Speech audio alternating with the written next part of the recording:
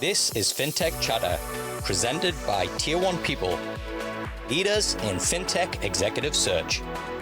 And I'm your host, Dexter Cousins.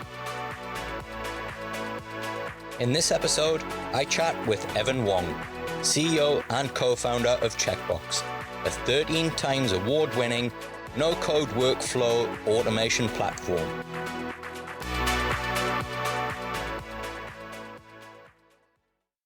Evan, welcome to the show. Thanks for having me, Dex.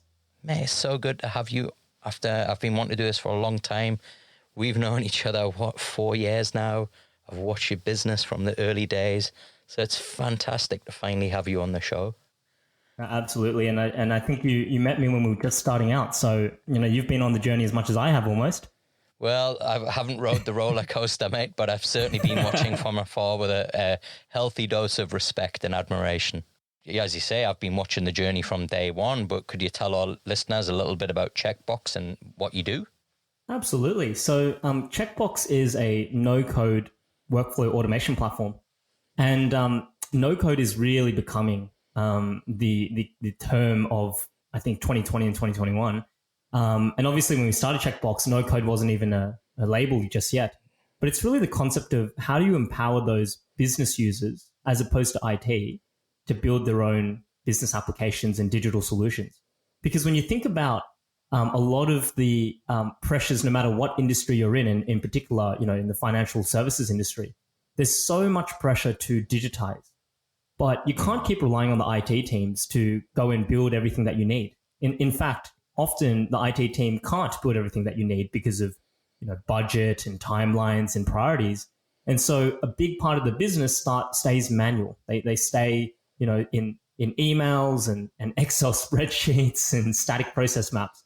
So at Checkbox, we've built a platform that allows the everyday person, the everyday sort of what we call citizen developer, to build their own software using just drag and drop, to automate document generation, to automate intake of information, to automate assessments like risk assessments and calculations, and even handle the workflow that might happen between different people in an organization or even with your clients. I don't want to underestimate or understate here the importance of what you're doing. I keep saying this, but if you look at the banking industry here in Australia, Excel spreadsheets have caused the downfall of quite a number of people. And it's a massive, massive issue. And even now, Evan, we still see so many businesses so heavily dependent on these kind of Excel fiefdoms that it's such a huge business risk. It amazes me that nobody's come up with a solution like the one that you guys have before. Yeah, absolutely. And I think, the thing with Excel is, it's great as a tool, but the way that we use it is often as a stopgap solution to, and Excel's, it was built for many reasons, but many of the ways it's being used wasn't one of those reasons. And, the lack of auditability or version control or, just the ability to even trigger automated workflows. You still see a lot of people, asking for approvals via these massive email threads that might start from Excel. It's crazy. So a lot of organizations, we've worked with a few where there's been a global mandate to say we are no longer using Excel for these types of areas. And now you have to find a digital solution. Go do it. Right? Wow. Yeah. So the last time we actually bumped into each other was Singapore at the end of 2019. So where's the business at now? Because I think at the time you were looking at Singapore as a kind of possible destination as well. Yeah, that's been super exciting. So since the end of 2019, and we have to remember that COVID, enveloped most of 2020. It did, yeah. We're probably close to catching it when we were in Singapore. Yeah. That's right. So, when you think about the amount of time we spent in Singapore since 2019, it was much less than, I guess, how many days have passed through the calendar year. But we've had phenomenal success in that market. We've now onboarded a whole raft of sort of customers in that region.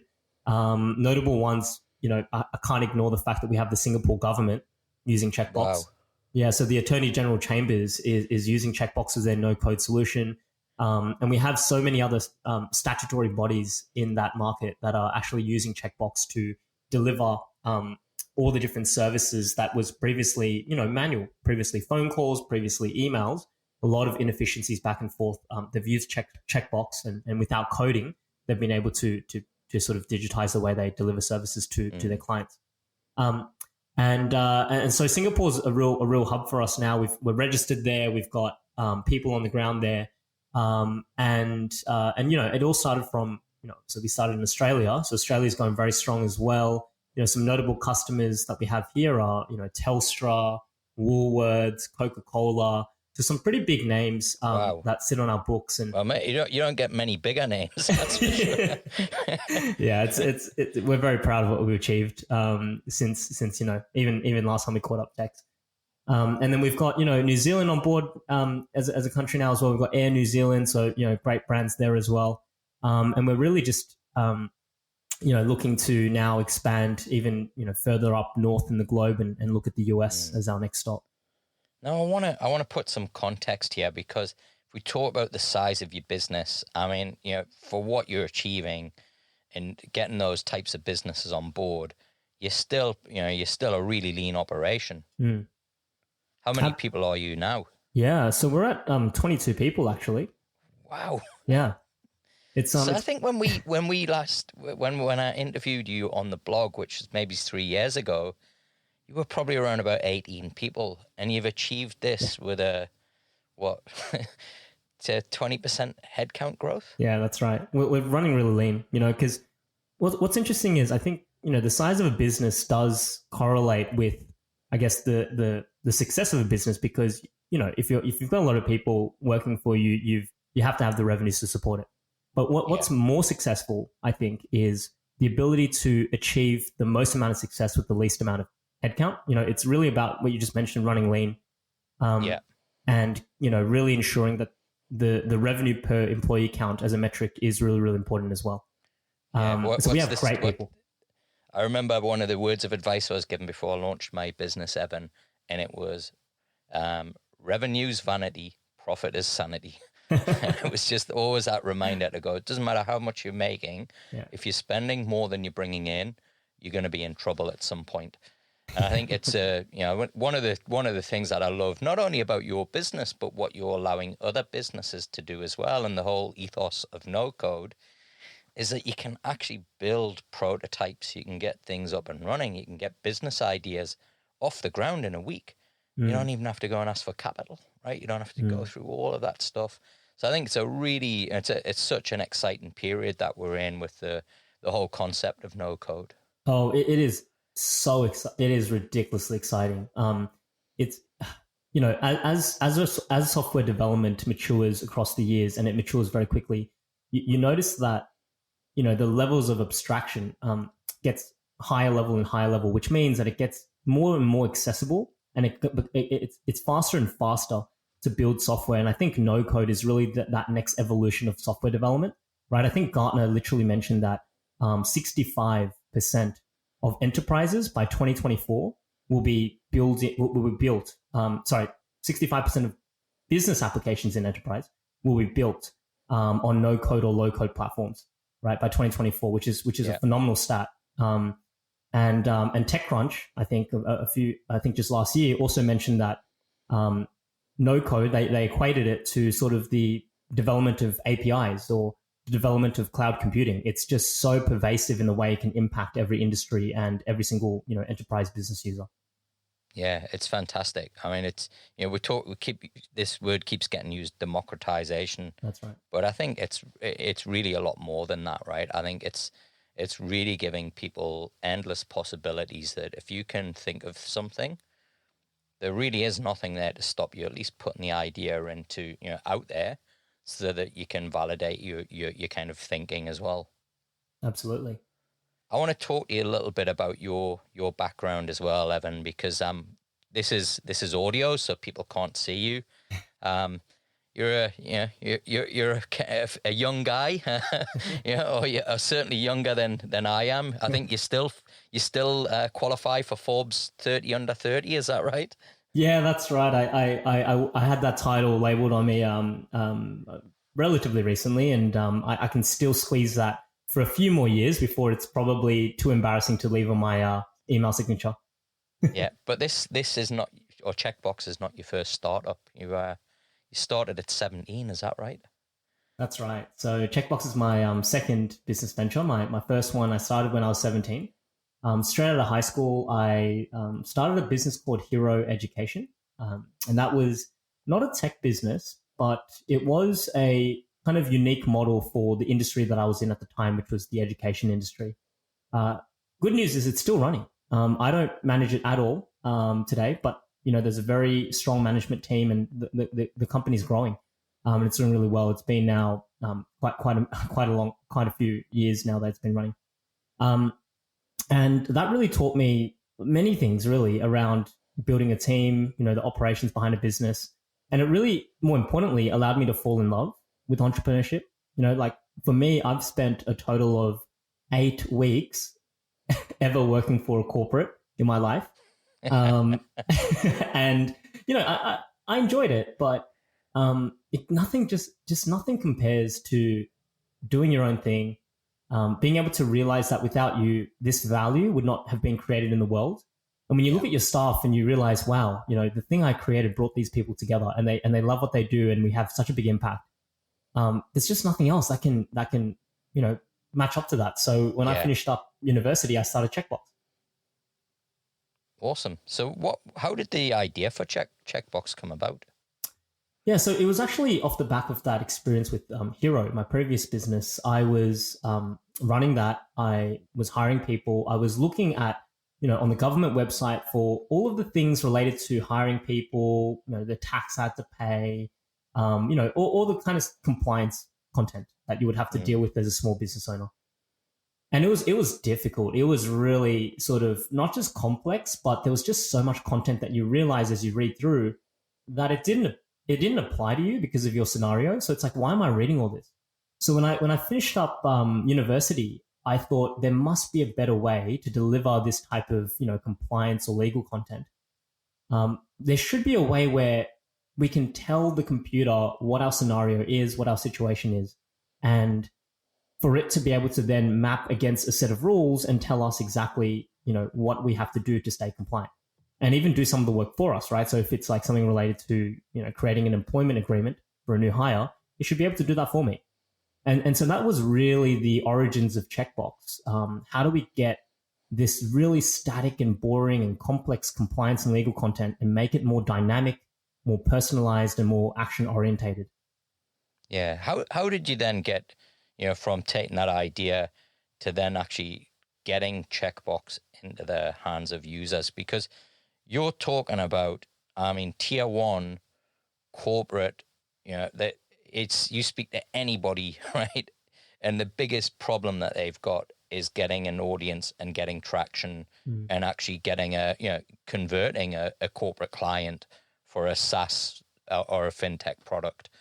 How have you managed to get that traction and do it? Like, you've not had tons of money thrown at you. You haven't had like the big end of town sitting on the board to make the introductions. How have you gone about that? Yeah, it's quite funny. Like I was definitely the underdog, and still am, right, of the business that we're building. Just because I didn't come from years of networks in the spaces that we're selling in. I would say there's kind of 2 chasms that you have to cross in getting to that point. The first chasm is, how do you go from the idea to the first product, right? Because if you don't even have a product, you don't even have to dream about selling it to an enterprise, because enterprises have very high standards before they go and obviously work with a startup. And the first chasm, I would say, is all about going out into the market and being able to leverage the competitive advantage that you have as an early stage business to actually not know everything and to actually have really nothing to lose. And so when you have that mentality, you can go out, you can reach out for advice from all of your potential customers and say, hey, look, I'm Evan. I'm really interested in your space. I love the work that you're doing. I have this idea that I'm looking at. Would it be cool if we had a sort of half an hour, 1 hour coffee chat or buy you lunch, etc. Right? And it's that vulnerability that allows people to then, you're not selling at them at that stage. You know what I mean? Like, you're not selling, you're just asking for advice, and people love to give advice. And so you end up building these relationships in a safer environment. People are on the journey. You're getting genuine feedback. And if you do that at scale, and when I say scale, I mean, when I was starting out, I set myself a goal of 10 cold phone calls or emails to prospective customers a week, right? So, in a given month, I'd talk to about 40 prospective customers, right? And that was super scary, but that's the discipline it takes. Imagine 40 conversations, right? Where you're able to synthesize that feedback. Now you've got 40 sort of people in your network that may be part of your customer group. And what that does is when you actually build a product, it puts you in a really nice position to then go back to those warm contacts. And because they gave you that feedback, they'd be more than happy to see how the business has progressed. And if you've really listened to them and you've solved their problem, then, they're going to ask you, not you're going to ask them, they're going to ask you, wait a second, when is this ready and how much will it cost? Right? Yeah. So that's kind of the first chasm. Now, so mate, I'm just going to interject here because I think what you've just articulated is what I would call hustle, right? Unfortunately, though, what I see is that most people are out there hustling, not hustling. And I think what you've just given is, look, this is the blueprint. If you want to go out and hustle, here's the way to do it. Here's the way to be successful and actually get people on side and get results. Absolutely. And again, it's all about the way you approach it, right? Because I love the distinction you just made between hustle and hustle, right? Because if you go out and you're just expecting a lot without returning anything, or if you're going out trying to sell your product from day one when it's clearly not ready, that's not leveraging, as I mentioned, the competitive advantage you have of being early in the journey, of being vulnerable, right? And the second chasm is really around once you've got that product ready to go, is getting the first customer, like getting your first dollar is extremely difficult. And as a founder, it always feels so much longer, so much further than what you would expect it to be. And really, it's the lesson I learned with enterprise is it's not about breadth, it's about depth. If you want to close enterprise deals, you really have to invest a lot of time in the relationship with the people that you're selling to, in the problems that you're trying to solve, and really trying to solve the problem end to end. Because the big trap we fell into in the early days, particularly for a product like ours, where you can go very broad in its application, is you try to solve too many customers' problems across too many segments at the same time. Yeah. And it just means you can solve, take this, right? Let's say you can solve 10% of 100% of the market's problems. You're never going to sell it, right? Because no one's ever going to buy 10% of a solution. But if you go and solve 100% of just 1% of the market's problems, then that's when you're going to get your enterprise sales. Yeah, mate, I couldn't agree more. I kind of like to use the analogy of a space rocket, right? For it to get out of orbit, all of that energy has to be focused on a really small area. And if it's not, that energy just dissipates and you go nowhere. Once you're out of orbit, you don't need anywhere near the amount of energy to kind of get there. And I think it's, I like to use that as a kind of an example of why you need to be really focused, particularly in a startup. And we've all fallen into the trap, right? I mean, I've seen it in my own business where you try to be everything to everybody and you don't differentiate. You just end up being like everybody else. Absolutely. And once you differentiate, and it's usually by putting that badge on and that ultra niche focus, that's then when I think you really get the traction and momentum. Yeah, couldn't agree more. We're going to have a quick break because I'm going to plug something that we're working on. When we come back, though, my boy Harry is our youngest listener to the podcast. And given that he wants to launch his own business one day, or even said to me the other day, he might even consider taking over tier 1 people when he's old enough. I thought, what a great way to be able to give him some words of advice from great people like yourself. Tier 1 People is proudly partnering with one of Australia's most successful fintech. An innovator in the consumer lending space, this business has been a driving force in fintech for almost a decade. They're entering the next stage of hypergrowth and need a people and culture expert to scale the organization sustainably. As head of people, you'll get to play a pivotal role in turning this successful startup into an enterprise. If you've taken a startup on a similar journey or scaled a fast-moving tech company, you'll know how important it is to retain the original values while bringing in new structures. If that sounds like you've got the credentials and you're up to the challenge, go to my LinkedIn profile or check out the show notes for further details. Welcome back, Evan.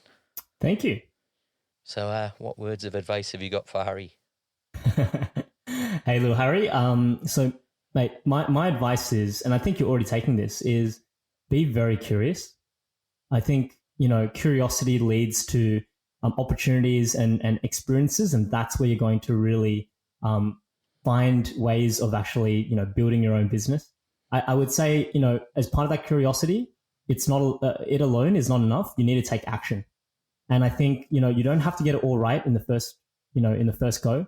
Just start doing things. Just start, setting up a lemonade stand or setting up a garage sale or setting up an e-commerce store, whatever your passion is. Just start doing it. It doesn't have to succeed the first time around. You're young enough. I can definitely tell you that to go and try a few things. And every single experience is going to teach you something new. And all of that will come together. And one day you're going to build something that is tremendously big. Bigger than tier one. So don't just set your goals on taking over tier one. You can do much better than that. But don't forget as well. And don't forget as well. You got your dad here as well for advice. Don't take your dad's advice, I think is what I would say. Awesome, mate. Now, look, one of the things I want to cover now, Evan, is the business that you've been building. We talked about it a little bit earlier on, but I remember, when I first met with you, and I was just blown away by not only your maturity, but the approach that you had around culture, right? And values, and how you were just so transparent, no bullshit.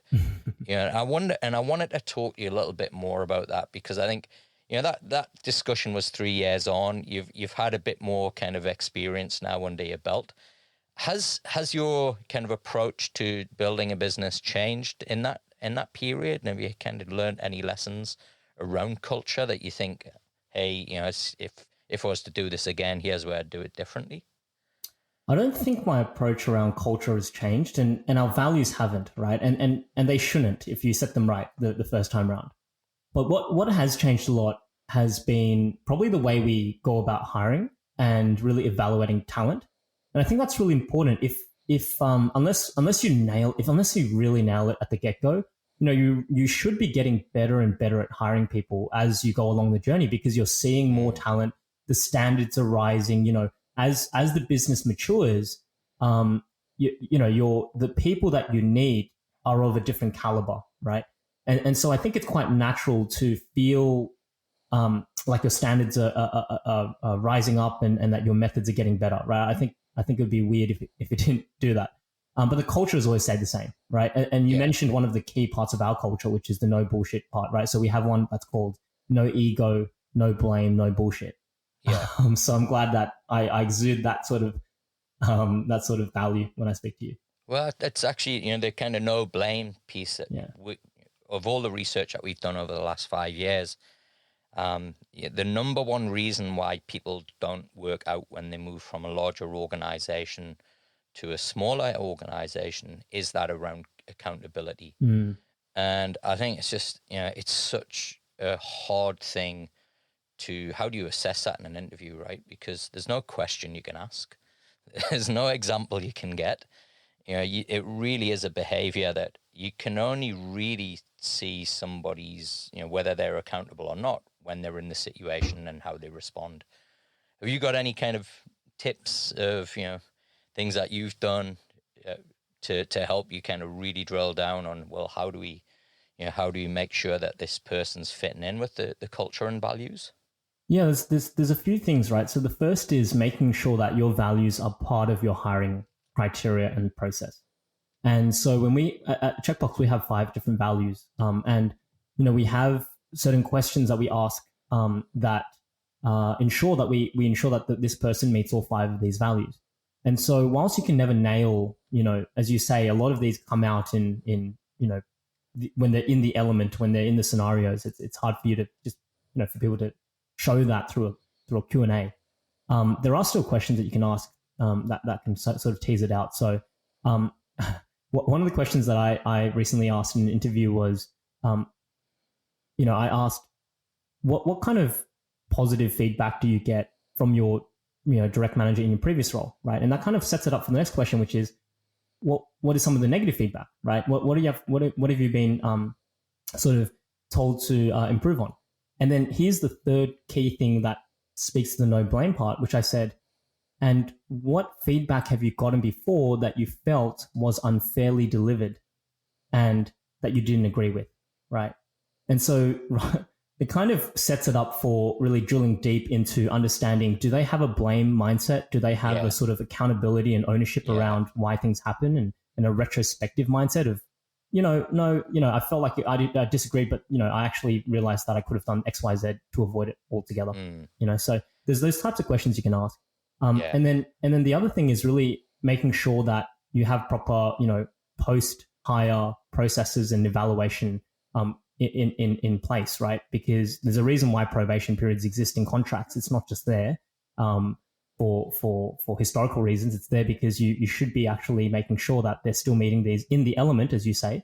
And if they're not, you have to be quite strict about it. Yeah. Have you, and I guess in those instances, what do you think is the kind of best way to deal with it? In a humane way, because I often say to founders, if you've got somebody who's struggling in the business and it's a worry to you, I can guarantee you it's a worry to them as well. Absolutely. And by approaching it in a humane manner, you might find that actually it's a sigh of relief for everybody that you've made the call to end it earlier than, and admit it hasn't worked out. What's your tip around that? Yeah, I love that notion, because I think anyone who's gone through this will deeply understand what you just mentioned. My biggest thing is one-on-ones. Like weekly one-on-ones are so critical, and having that open, transparent culture and that safe environment to have these conversations with your staff is going to make all the difference. Because if you're going to be dissatisfied with how someone performs, whether it be their actual performance or how they match against your values, and then 3 months later of being disgruntled or, venting it to the management team, you tell this person it's really unfair. They never had a chance to rectify. Yeah. They never had a chance to, it's kind of sprung upon them, right? Instead, as a good manager, what you should be doing is helping them, at the end of the day, you hired them for them to succeed.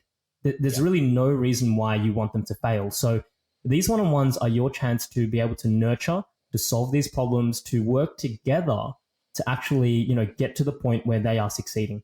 And if, you've given them many, many weeks and been very transparent and it still doesn't work out, mate, as you said, they will know. They will know before you do, right? Before you need to say anything. So, that's definitely the right approach, I would say. Cool. So what kind of people tend to be successful at Checkbox? So it's people who map against those values that we have, right? So our first one is practice positivity, master empathy. So it's really people who understand that, work is a place that takes up a big part of our lives. And positivity is contagious. It spreads, so the ability to, bring people up, bring morale up, make it exciting and fun to work is really important at Checkbox. But also the mastering the empathy piece, which is, being able to put yourself in the shoes of others, and particularly with clients and other people that you work with, is really important to us. And that comes together hand in hand with respecting people. We talked about no ego, no blame, no bullshit. People at Checkbox are really direct, but we're direct on the common mutual understanding that it's not coming from ego. It's not coming from blaming people or exposing people. We're trying to all work together to solve the problem in the most direct way possible. Yeah. So it's I really love this quality about Checkbox. We've got exactly the same philosophy as well, and I think it's it's just critical, right? If you want to get results, and I couldn't. If there's one thing that I want people to take away from this discussion, it would be that, right? Because I just know that the massive change it can have on a business. Absolutely. And as you said before, people who come from potentially larger organizations tend to find this value pretty jarring, right? Because it's quite a different culture that they come from. Yeah, absolutely. They've been used to, kind of, it's all smoke and mirrors and, political plays. And you go into something like this where people just say it how it is, and it's, whoa. So I agree. I think it's one of the things that, people need to get comfortable with before making that switch as well. Absolutely. And then our third one is simply first class. So it's really about quality. Everyone here has really high standards of quality, and it's all about the wow moments for us. So it's like, how do you wow your manager? How do you wow your colleagues? And how do you wow your customers? Right. So going above and beyond in that sense. Mm. And then we have empowered as a team. It's all about sort of empowerment and teamwork. People at Checkbox, another value I really love about us is people will drop their work in order to help you with yours, to help you succeed. We have such a strong team mentality here. And it's really lovely. Every Friday, just tell you a bit about our culture as well. Every Friday we have an all hands to end the week together. We start the week together on Monday mornings, and we end it together Friday afternoons as well. And in this afternoon session on Fridays, we do what we call wins, right? We celebrate all the wins, but we also have this thank you session where people will, thank other people in the open company forum for things that they've done to help them succeed with their week's tasks. And it's just the cutest, it's just really lovely. Every week we end with just warm and fuzzies cool. As everyone thanks each other for different favors and things like that. Awesome. Yeah. So it's a bit different from the cheesels and beers that we used to have. well, there's still cheesels and beers, but there's just a lot of love that also flows around in amongst all of that as well. Awesome. Now we're going to kind of start to wrap things up a bit, Evan. But before we do, you've been around a while now. You've seen quite a bit. You guys have moved to Singapore. What has got you most excited right now in this space, and why? I think it's the fact that no code is still it's still in its early days. There is just, it's not like other types of technology where you're trying to grab at market share or there is so much untapped opportunity still. It is such a tremendously impactful type of technology. And to think that, our company, we're very young. I think that's why I used the term underdog earlier on as well. We have a lot of young but extremely talented people in our company. And sometimes I look back and I'm like, wow, how the heck are we competing with giants in the global, platform and onboarding all these customers and getting all these praises from customers. It's just phenomenal. It is so exciting to be in this space every single day. Yeah, but I think you've given a lot of clues as to why, right? And the values that you've got are one. But two, I think is, the approach that you've taken from day one is in this 30 odd minutes that we're going to put out there, I just hope as many founders or people that are thinking about launching a startup listen to this, because it's just, if you want to bootstrap something, you want to get an idea off the ground, this is the way to do it. It's like step by step. You've literally given people the blueprint to go, here's what you need to do. So I think it's no surprise to me, Evan.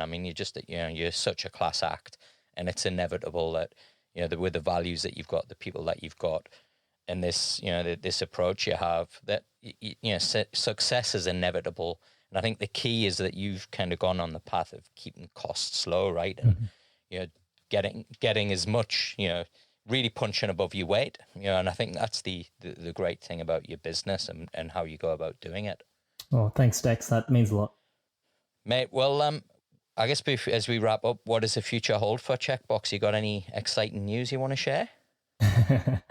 Yeah, absolutely. So we, probably the most exciting is we're going to be looking at raising our Series A probably at the end of this year. I can't believe this. Yeah. Right? So you got Telstra, Coca Cola, Singapore government on board, right?